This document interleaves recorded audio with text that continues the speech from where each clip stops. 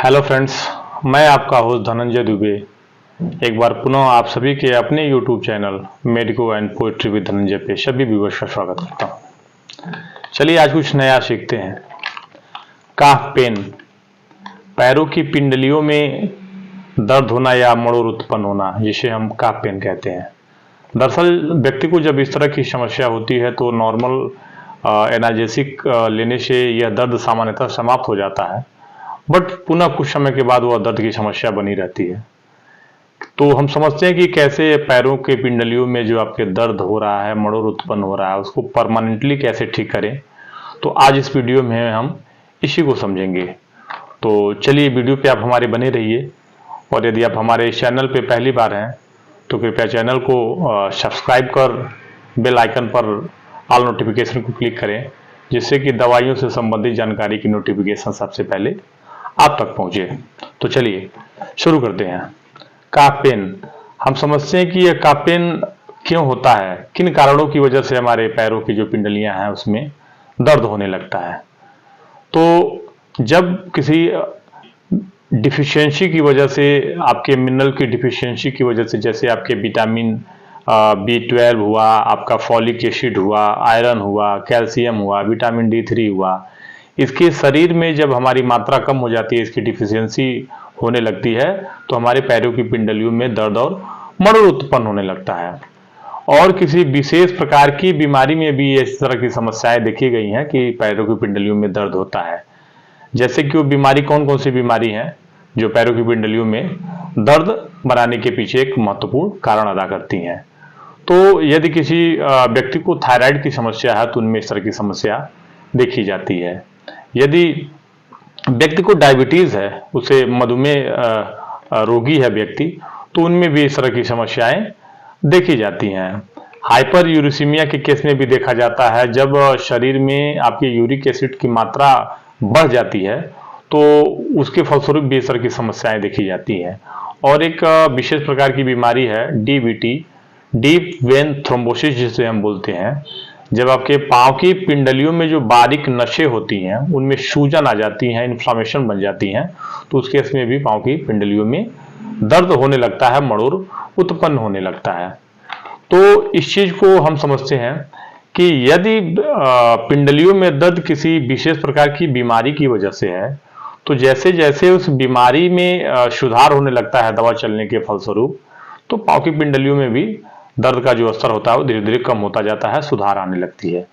लेकिन यदि पांव की पिंडलियों में जो दर्द हो रहा है वो किसी विशेष प्रकार की बीमारी की वजह से नहीं बल्कि सामान्यतः हो रहा है, तो इसका मतलब यह है कि वो आपका जो मिनरल डिफिशियंसी की वजह से इस तरह की समस्याएं आ रही हैं।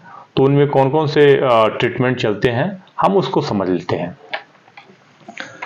तो मिथाइल कोबालामीन का आपका टैबलेट आता है, आपको जनरली मार्केट में न्यूरोकाइंड OD के नाम से मिल जाएगा सारे केमिस्ट शॉप पे।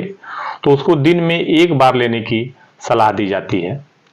और उसके साथ ही साथ यदि आपको कैल्शियम और विटामिन D3 की डिफिशियंसी है तो आपको सेल्काल 500 calcium plus vitamin D3 combination की सेल्काल 500 के नाम से जनरली मार्केट में आपको मिल जाता है, दिन में एक बार लेने की सलाह दी जाती है।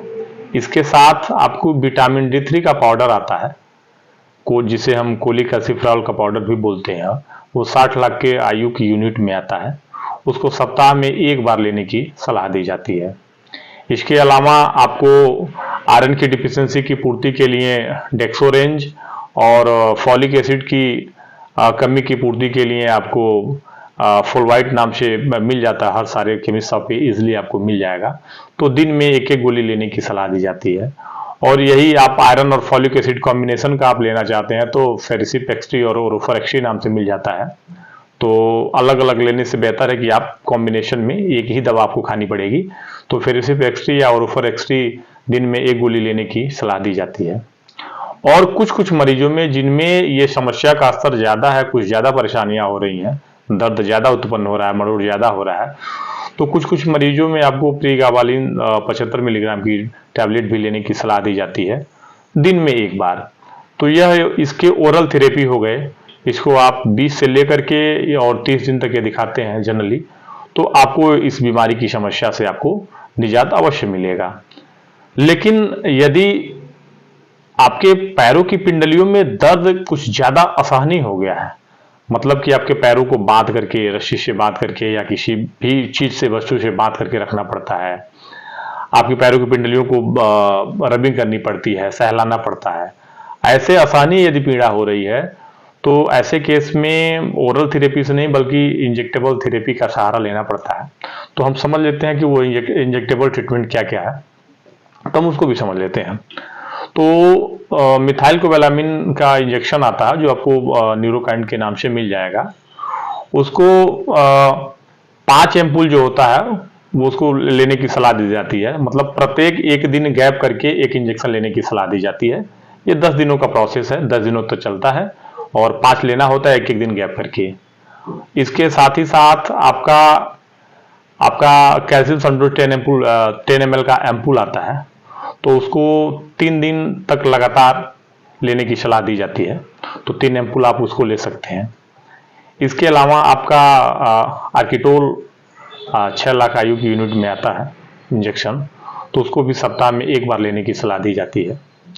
तो इसको आप 2 सप्ताह तक रिपीट कर सकते हैं और 2 सप्ताह के उपरांत आपको फिर से ओरल थेरेपी पे, इंजेक्टेबल से ओरल थेरेपी पे कन्वर्ट कर दिया जाता है। तो यह एक कंप्लीट आपका काफ पेन, जो पिंडलियों में दर्द होता है, जो मरोड़ उत्पन्न होता है, तो एक कंप्लीट ट्रीटमेंट है।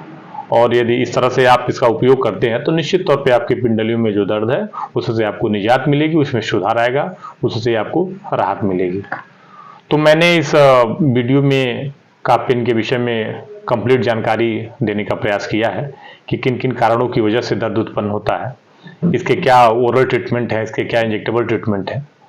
तो यदि हमारा वीडियो या आप सभी को पसंद आया हो तो कृपया हमारे इस वीडियो को अधिक से अधिक लाइक करें, कमेंट्स करें और शेयर करें, जिससे कि अन्य लोगों तक ये जानकारी पहुंच सके, अन्य लोग भी इसके विषय में, काफ पेन के विषय में जानकारी प्राप्त कर सकें।